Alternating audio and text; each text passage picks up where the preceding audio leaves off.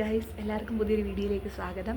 അപ്പോൾ ഇന്നത്തെ വീഡിയോ എന്ന് പറഞ്ഞു കഴിഞ്ഞാൽ നമ്മുടെ +2 ഫിസിക്സിൻ്റെ ഒരു പ്രാക്ടിക്കലിൻ്റെ ഒരു പ്രിപ്പറേഷൻ വീഡിയോ പോലെ ചെയ്യാമെന്നാണ് ഞാൻ വിചാരിക്കുന്നത്.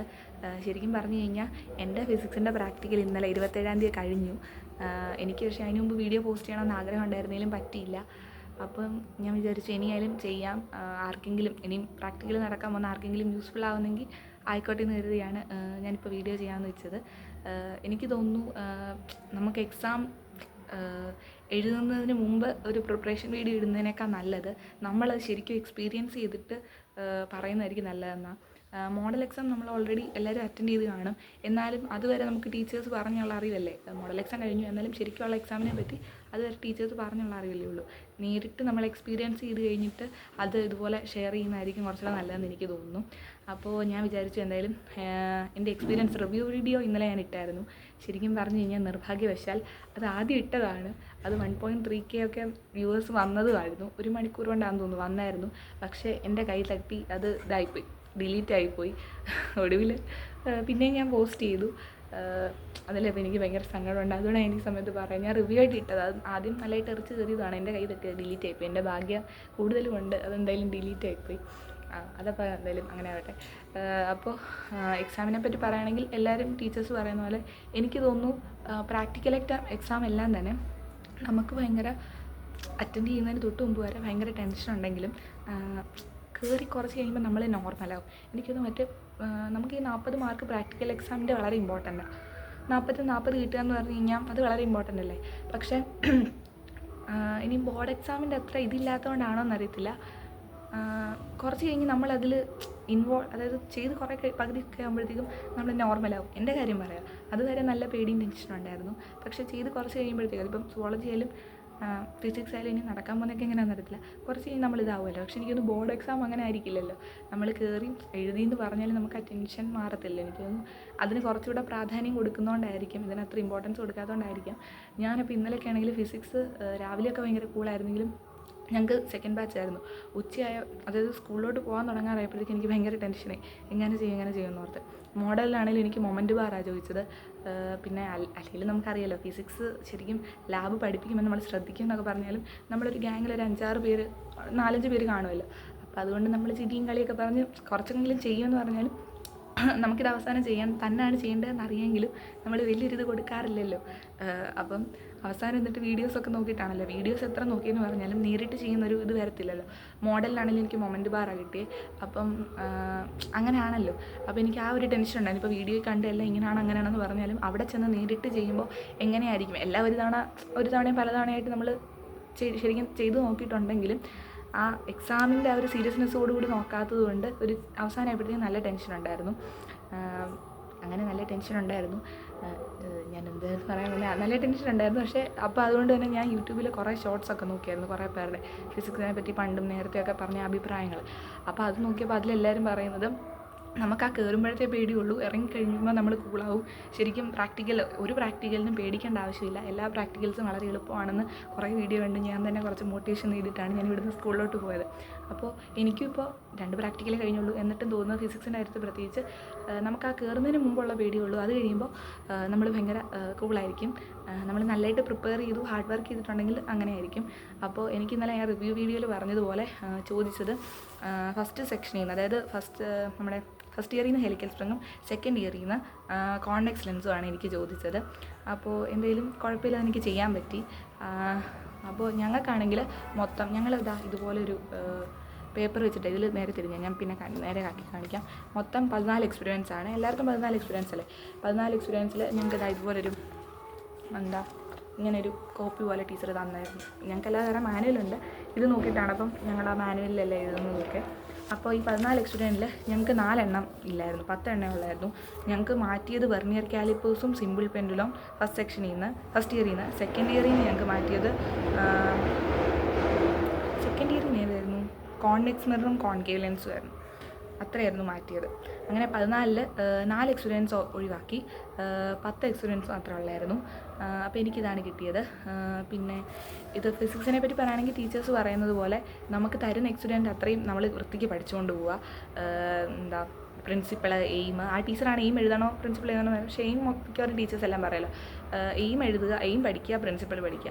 എനിക്ക് തോന്നുന്നു എല്ലാത്തിൻ്റെയും പ്രിൻസിപ്പൾ അത്യാവശ്യം സിമ്പിളല്ലേ. ഇപ്പം മിറേഴ്സിൻ്റെയും ലെൻസിൻ്റെയും കേസിൽ വരുമ്പോൾ മാത്രമേ ഉള്ളൂ നമുക്ക് ഫിഗറുകൾ പഠിക്കാനുള്ളത്. ആ ഫിഗേഴ്സ് എന്തായാലും പഠിച്ചുകൊണ്ട് പോകുക. കാരണം പ്രിൻസിപ്പളിനാണ് 5 മാർക്കിൽ ഏറ്റവും കൂടുതൽ മാർക്ക് വരുന്നത്. നിങ്ങളുടെ ടീച്ചേഴ്സ് നിങ്ങളോട് മാർക്കിംഗ് സ്കീം പറഞ്ഞു കാണുമല്ലോ. അപ്പം പ്രിൻസിപ്പളിനാണ് ഏറ്റവും കൂടുതൽ മാർക്ക് വരുന്നത്. അപ്പോൾ എല്ലാത്തിൻ്റെയും എയിമും പ്രിൻസിപ്പളും പഠിച്ചുകൊണ്ട് പോവുക. എയിം പിന്നെ നമ്മൾ പഠിക്കേണ്ട ആവശ്യമില്ല. ശരിക്കും പറഞ്ഞു കഴിഞ്ഞാൽ നമുക്ക് കിട്ടുന്ന ക്വസ്റ്റ്യൻ പേപ്പറിൽ എന്താണോ ക്വസ്റ്റ്യനായിട്ട് വരുന്നത് അതിൻ്റെ കൂടെ ടു ഡിറ്റർമൈൻ അല്ലെങ്കിൽ ടു ഫൈൻഡ് ഔട്ട് അങ്ങനെ ചേർത്ത് കഴിഞ്ഞാൽ നമ്മുടെ എയിമായി. അതുകൊണ്ട് എയിം നമ്മൾ പ്രത്യേകിച്ച് പഠിക്കേണ്ട ആവശ്യമില്ല. പിന്നെ ഇപ്പം ഞാൻ പറയുകയാണെങ്കിൽ ഹെലിക്കൽ സ്പ്രിങ്ങിൻ്റെ ആണെങ്കിൽ എയിം എന്ന് പറഞ്ഞു കഴിഞ്ഞാൽ spring constant load extension method വഴി കണ്ടുപിടിക്കുക, ലോഡ് എക്സ്റ്റൻഷൻ്റെ ഗ്രാഫിൽ നിന്ന് കണ്ടുപിടിക്കുക. അങ്ങനെ നമ്മൾ കുറേ പറയുമല്ലോ. ഇപ്പോൾ ഓംസ് ലോ പറയുകയാണെങ്കിൽ റെസിസ്റ്റൻസ് കണ്ടുപിടിക്കുക, കണ്ടക്റ്റൻസ് കണ്ടുപിടിക്കുക. അങ്ങനെ നമ്മൾ പഠിച്ചാലും നമുക്ക് എക്സാമിന് ഇതിൽ ഏതെങ്കിലും ഒരെണ്ണമല്ലേ ചോദിക്കും, മൊത്തം കൂടെ ചോദിക്കത്തില്ലല്ലോ. എക്സാമിന് ഏതെങ്കിലും ഒരെണ്ണം ചോദിക്കില്ല. ഇപ്പോൾ സ്പ്രിംഗ് കോൺസ്റ്റൻ്റെ ലോഡ് എക്സ്റ്റൻഷൻ ഗ്രാഫിൽ നിന്ന് കണ്ടുപിടിക്കാം, ലോഡ് എക്സ്റ്റൻഷൻ മെത്തേഡ് വഴിയും കണ്ടുപിടിക്കാം. പക്ഷേ എനിക്ക് ചോദിച്ചത് എൻ്റെ ഭാഗ്യത്തിന് കാൽക്കുലേഷൻ ആയിരുന്നു, ഗ്രാഫിൽ നിന്നല്ലായിരുന്നു. അപ്പം നമ്മളതുകൊണ്ട് ഈ എയിം ഇങ്ങനെ കാണാൻ പഠിക്കേണ്ട ആവശ്യമില്ല.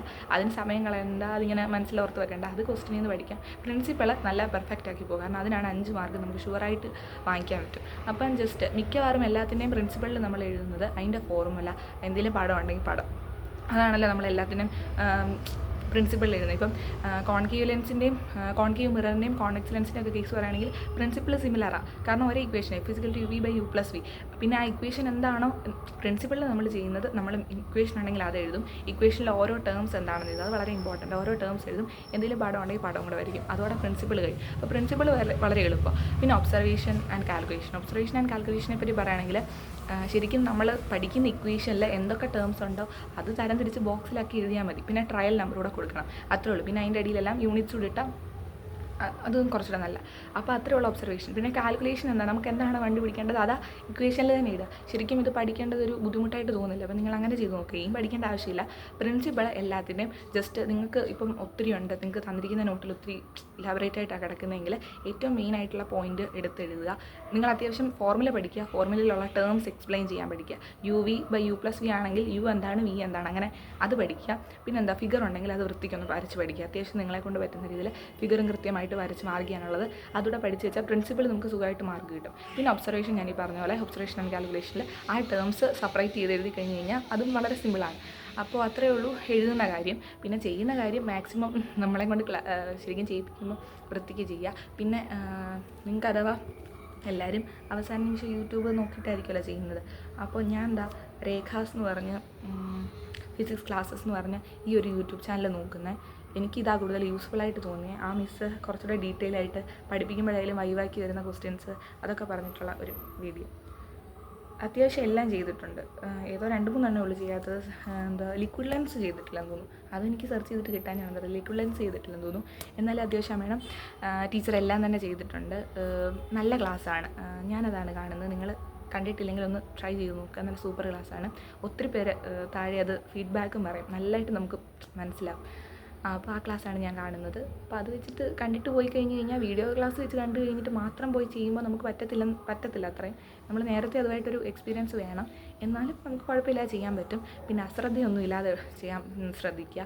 പിന്നെ എഴുതുമ്പോഴായാലും യൂണിറ്റ്സ് എല്ലാം കൃത്യമായിട്ട് ഇടാൻ ഓർക്കുക. പിന്നെ റിസൾട്ട് എഴുതുമ്പോൾ അത് ടീച്ചേഴ്സ് എടുത്ത് പറയുന്നതാണ്. ഒബ്സർവേഷൻ ആൻഡ് കാൽക്കുലേഷൻസ് കഴിഞ്ഞിട്ട് റിസൾട്ട് സെപ്പറേറ്റ് എടുത്തെഴുതുക. അത് നിങ്ങൾ ഒരിക്കലും മറക്കരുത്. റിസൾട്ട് സെപ്പറേറ്റ് എടുത്തെഴുതുക. റിസൾട്ട് എടുത്തെഴുതുമ്പോൾ അതിൻ്റെ അവിടെ യൂണിറ്റ്സ് കൂടെ കൃത്യമായിട്ട് ഇട്ട് കൊടുക്കുക. അത് മറക്കരുത്.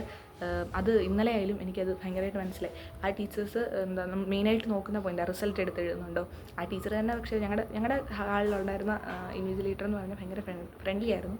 അപ്പോൾ ആ ടീച്ചർ ഇടയ്ക്കിടയ്ക്ക് അത് പറയുന്നുണ്ട്, റിസൾട്ട് സെപ്പറേറ്റ് എടുത്ത് എഴുതണം. പിന്നെ യൂണിറ്റ്സ് ഇതൊക്കെയാണ് മെയിനായിട്ട് ശ്രദ്ധിക്കുന്നത്. മാർക്ക് പോകാൻ സാധ്യതയുള്ളതും അതാണ്. പലരും കഴിഞ്ഞു എന്ന് പറഞ്ഞ് പോകും, പക്ഷേ റിസൾട്ട് നമ്മൾ എടുത്തെഴുതാൻ മറക്കരുത്. പിന്നെന്താ പറയാനുള്ളത്, പിന്നെ എൻ്റെ റെക്കോർഡ് ഇതാണ്. ഞങ്ങളുടെ റെക്കോർഡ് ഇന്നലെ കുത്തിക്കിഴിച്ച് തന്നു. ഞാൻ കാണിച്ചത്. ഞാൻ ഓർത്ത് വലിയ കുത്തിക്കിഴിവായിട്ടുണ്ട്, പക്ഷെ വലുതായിട്ടില്ല. വേണ്ട ആണോ, ഇതെങ്ങനെ ഒരു കിഴിവുള്ളൂ. ഇത് കുറച്ച് പേജ് വരെ ഉള്ളൂ, അങ്ങേയറ്റം ഇല്ലെന്ന് തോന്നുന്നു. ഞാൻ തൊട്ട് വലിയ കിഴിവായിട്ടുണ്ട്. ഇത് കുറച്ച് ഭാഗം എന്താ ഇങ്ങനെ. അപ്പോൾ ഇതാണ് എൻ്റെ റെക്കോർഡ്. അപ്പോൾ അത്രയേ ഉള്ളൂ. പിന്നെന്താ, അതിനത് മാനുവൽ. അത് ഈ സംഭവങ്ങൾ നോക്കി എഴുതിയതുപോലെ തന്നെ ഈ ഒരു പ്രിൻ്റഡ് ഇത് വെച്ചിട്ടാണ് ഞങ്ങൾ നോക്കി എഴുതിയത്. അപ്പോൾ അതുപോലെ തന്നെ. അപ്പോൾ ഇത്രയേ ഉള്ളൂ എനിക്ക് പറയാൻ. നിങ്ങൾ ആ എഴുതാനുള്ള കാര്യങ്ങൾ മാക്സിമം നിങ്ങളെക്കൊണ്ട് പറ്റുന്ന രീതിയിൽ നല്ല രീതിയിൽ പഠിച്ചുകൊണ്ട് പോകും. അത് നമുക്ക് സിമ്പിളാണ്. നിങ്ങൾക്ക് ചിലപ്പോൾ ഒത്തിരി സെൻറ്റൻസ് ആയിട്ടൊക്കെ ഉണ്ടെങ്കിൽ വായിച്ച ഒരു ബുദ്ധിമുട്ടായിട്ട് തോന്നിയെങ്കിലും ശരിക്കും വളരെ സിമ്പിളാണ്. പിന്നെ എക്സ്പെരിമെൻറ്റ് ചെയ്യാൻ ഞാൻ ഈ പറഞ്ഞ പോലെ ഏതെങ്കിലും യൂട്യൂബ് ക്ലാസ് നിങ്ങൾക്ക് ഇഷ്ടമുള്ളത് നോക്കുക. പിന്നെ ഞാൻ എൻ്റെ ഒരു സജഷൻ പറയുന്നത് നല്ല ക്ലാസ് ലേഖാസ് എന്ന് പറഞ്ഞ ടീച്ചറിൻ്റെ ക്ലാസ് നല്ല ക്ലാസ്സാണ്. പിന്നെ വൈവ ക്വസ്റ്റ്യൻസ് എന്ന് പറഞ്ഞു കഴിഞ്ഞാൽ നമ്മൾ പഠിക്കുന്ന എക്സ്പീരിയൻസിനെ പറ്റി എല്ലാ പോർഷൻസ് മനസ്സിലാക്കുക. +1 എക്സ്പീരിയൻസ് ആണെങ്കിൽ അതിന് കൂടുതൽ ഇമ്പോർട്ടൻസ് കൊടുക്കുക. കാരണം +1 നിന്ന് നല്ല രീതിയിൽ ക്വസ്റ്റ്യൻ ചോദിക്കുന്നുണ്ട്. ഇപ്പം എനിക്ക് കിട്ടിയപ്പോൾ ഹെലിക്കൽ സ്പ്രിങ് കിട്ടിയപ്പോൾ എന്നോട് ചോദിച്ചത് ഇലാസ്റ്റിക് ആയിട്ടുള്ളൊരു ഹൂക്സിൽ ഒബേ ചെയ്യാത്തൊരു സബ്സ്റ്റൻസിൻ്റെ എക്സാമ്പിൾ പറയാനാണ്. പക്ഷേ അല്ലാതെ തന്നെ ഒത്തിരി ചോദ്യങ്ങൾ ചോദിക്കുന്നുണ്ടായിരുന്നു. ഇലാസ്റ്റിസിറ്റി എന്താണ്, പിന്നെന്താ ഹൂക്സിൽ ഒബേ ചെയ്യാത്ത ഇതേ സബ്സ്റ്റൻസുകളുടെ പ്രത്യേകത എന്താണ്, അങ്ങനെ പാരലോഗ്രാം ലോ കിട്ടി കഴിഞ്ഞാൽ എന്താണ് പാരലോഗ്രാം ലോ, അങ്ങനെയൊക്കെ അങ്ങനെ ഒരുപാട് ക്വസ്റ്റ്യൻസ് ചെയ്യുന്നുണ്ട്. പിന്നെ ഗ്രാഫുകളെല്ലാം നല്ലതായിട്ട് പഠിച്ചുകൊണ്ട് പോകാൻ ശ്രമിക്കുക. പ്രത്യേകിച്ച് 1/u 1/e ഗ്രാഫ്, അതൊക്കെ നിങ്ങളുടെ അവിടെ വെക്കുന്നുണ്ടെന്ന് എനിക്കറിയില്ല. 1/u 1/e ഗ്രാഫ്, കാരണം വാല്യൂസ് നമുക്ക് അത്രയും ചെറുതായിട്ട് കിട്ടുമ്പോൾ ആ സമയത്ത് സ്കെയിലെല്ലാം അഡ്ജസ്റ്റ് ചെയ്ത് ഗ്രാഫ് വരയ്ക്കുക എന്ന് പറഞ്ഞാൽ കുറച്ച് നമുക്ക് ടെൻഷൻ കൂടെ ഉണ്ടെങ്കിൽ കുറച്ച് ബുദ്ധിമുട്ടായിരിക്കും. ഞാൻ പ്രാർത്ഥിച്ച കയറി ഭഗവാൻ എനിക്ക് ഗ്രാഫ് കിട്ടല്ലേന്ന്. ഭഗവാൻ അനുഗ്രഹിച്ച് എനിക്ക് എന്തെങ്കിലും ഗ്രാഫ് കിട്ടിയില്ല. ഹെലിക്കൽ സ്പ്രിങ്ങിനും കിട്ടിയില്ല, കോൺവെക്സ് ലെൻസിനും കിട്ടിയില്ല. കാൽക്കുലേഷൻ മെത്തേഡ് മാത്രമേ ഉള്ളായിരുന്നു, ഗ്രാഫായിട്ടില്ലായിരുന്നു. അത് കാര്യമായി, കാരണം എനിക്ക് ഗ്രാഫ് വരയ്ക്കാൻ എനിക്കൊരു ടെൻഷൻ ഉണ്ടായിരുന്നു. നമുക്ക് വാല്യൂസ് ചെറുത് കിട്ടിക്കഴിഞ്ഞാൽ എങ്ങനെ വരയ്ക്കുമെന്ന്. അപ്പോൾ ഗ്രാഫ് നല്ലതായിട്ട് പ്രിപ്പയർ ചെയ്ത് പോവുക. പിന്നെ പ്രാർത്ഥിക്കുക കിട്ടാതിരിക്കാൻ. അതുകൊണ്ട് എനിക്ക് ഗ്രാഫ് ഇല്ലായിരുന്നു. ഗ്രാഫ് ശ്രദ്ധിച്ച് വരയ്ക്കാനൊക്കെ നേരത്തെ ഒന്ന് നല്ല രീതിയിൽ പ്രാക്ടീസ് ചെയ്തിട്ട് പോവുക. പിന്നെ പറഞ്ഞ പോലെ വൈവ ക്വസ്റ്റ്യൻസ്, അത് ടെൻഷൻ ഇല്ലാതെ നിങ്ങൾക്ക് അറിയാവുന്ന കാര്യത്തെപ്പറ്റി നല്ല രീതിയിൽ സംസാരിക്കുക. അപ്പോൾ തന്നെ ടീച്ചർ ഓർക്കും നമുക്ക് എന്തൊക്കെ അറിയാമെന്ന്. അപ്പോൾ അതുകൊണ്ട് മറ്റേ ആൻസർ എന്തെങ്കിലും മാർക്ക് കുറയ്ക്കത്തില്ലായിരിക്കും. എന്തായാലും നമ്മൾ എടുക്കുന്ന എക്സ്പീരിയൻസിനെ പറ്റി, അതിപ്പം +1 ആണെങ്കിൽ അല്ലെങ്കിൽ അതിനെപ്പറ്റി ബേസിക്കായിട്ട് അറിഞ്ഞിരിക്കേണ്ട കാര്യങ്ങളെല്ലാം നോക്കുക. പിന്നെ യൂട്യൂബിൽ വൈവ ക്വസ്റ്റ്യൻസ് എന്ന് പറഞ്ഞ് ഒത്തിരി വരും. എനിക്കൊന്നും അത്രയും കാണേണ്ട ആവശ്യമില്ലെന്ന് തോന്നുന്നു. അത്രയും വലുതായിട്ടൊന്നും അവർ ക്വസ്റ്റ്യൻ ചോദിക്കുന്നില്ല. +1 ഈ പറഞ്ഞ പോലെ ഒരു എക്സ്പീരിയൻ്റാണ് കിട്ടുന്നത്. ആ എക്സ്പീരിയൻറ്റിൽ നിന്ന് നല്ല രീതിയിൽ ക്വസ്റ്റ്യൻസ് ചോദിക്കുന്നുണ്ട്. അപ്പം ഇത്രയൊക്കെ ഉള്ളൂ. പ്രിപ്പറേഷൻ എന്ന് പറഞ്ഞിട്ട് ഞാനിവിടെ ഇരുന്ന് കഥ പറയുമായിരുന്നു. വീഡിയോ ഭയങ്കര ലോങ് ആയി. എന്തായാലും ഞാൻ ജസ്റ്റ് പ്രിപ്പറേഷൻ പോലെ ചെയ്യാമെന്ന് പറഞ്ഞിട്ട് ഞാൻ ഈ കൂടെ നിങ്ങളെ കാണിക്കാമെന്നായിരുന്നു. ഇനിയിപ്പോൾ അതിൻ്റെ ആവശ്യമില്ല, നിങ്ങളുടെ കയ്യിലെല്ലാം നോട്ട്സ് കാണുമല്ലോ. ഓക്കെ, അപ്പോൾ എന്തായാലും ഞാൻ ഈ വീഡിയോ അവസാനിപ്പിക്കുകയാണ്. Tata, bye bye.